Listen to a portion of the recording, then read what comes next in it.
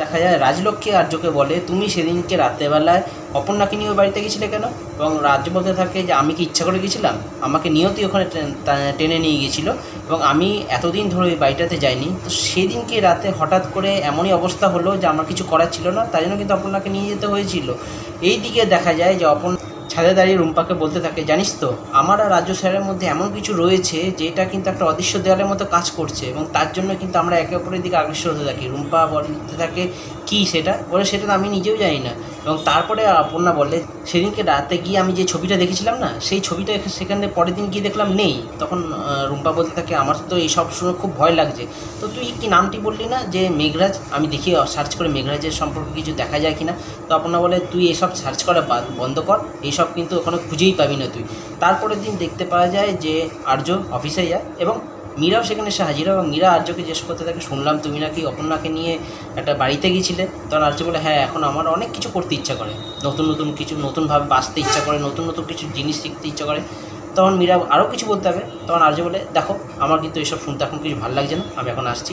সেই সময় কিঙ্কর আসে। কিঙ্কর বলে, অসময়ে অনেক কিছু শুনতে ইচ্ছা করে না, অসময়ে অনেক কিছু করতে ইচ্ছা করে, এগুলো কিন্তু ঠিক নয়। তারপরে কিন্তু মীরা বলতে থাকে, সব কিছু করার ইচ্ছা থাকলেই কি করা যায়? সব কিছু কি করা সম্ভব হয়? তার মানে এখানে কিন্তু হেয়ালি রেখে দিল। তারপরে দেখতে পাই যে অপর্ণা একটা নতুন অফিসে জয়েন করার জন্য ইন্টারভিউ দিতে গেছে। আর্য সেখানে কিন্তু পৌঁছেই গেছে এবং আর্য বলতে থাকে, আরে এখানে অপর্ণা তাহলে কি ইন্টারভিউ দিতে এসছে? কী নিয়তি, আমাদের আবার কিন্তু সেখানে দেখা করেই দিল। তারপরে অপর্ণা ইন্টারভিউতে বসে এবং সেখানে অপর্ণাকে জিজ্ঞাসা করা, এএসআর গ্রুপ আপনি ছাড়লেন কেন? অপর্ণা বলতে থাকে, না, আমি এএসআর গ্রুপে এতদিন ধরে কাজ করেছি, 6 মাস হয়ে গেছে, আমার ভালো অভিজ্ঞতা, এখানে আমি নতুন অভিজ্ঞতা সঞ্চয় করার জন্য এসেছি। তারপরে সেই কোম্পানির লোকেরা বলতে থাকে যে আপনার বায়োডাটা দেখলাম, খুবই সুন্দর, আপনি এখানে জয়েন করতে পারেন, তবে হ্যাঁ, আপনাকে যে পেমেন্ট দেবো। তখন অপর্ণা বলতে থাকে তাদেরকে যে আমি আগে নিজের যোগ্যতা অনুযায়ী পেমেন্টটা পেতে চাই, তারপরে আপনারা যেটা চিন্তাভাবনা করবেন। তখন তারা রাজি হয়ে যায় কাজের ব্যাপারে এবং অপর্ণাকে জয়েন লেটার দিয়ে দেয়। অপর্ণা বাইরে এসে বাবাকে বলতে থাকে, বাবা আমার কিন্তু জয়েন লেটার পেয়ে গেছি, খুব খুশি হয়। এদিকে আর্য বাইরে দাঁড়িয়ে ভাবতে থাকে, আমাকে যদি এখন কেউ এখানে দেখে নেয় তাহলে কী হবে, কিন্তু অপর্ণার সঙ্গে কথা বলাটা তো জরুরি।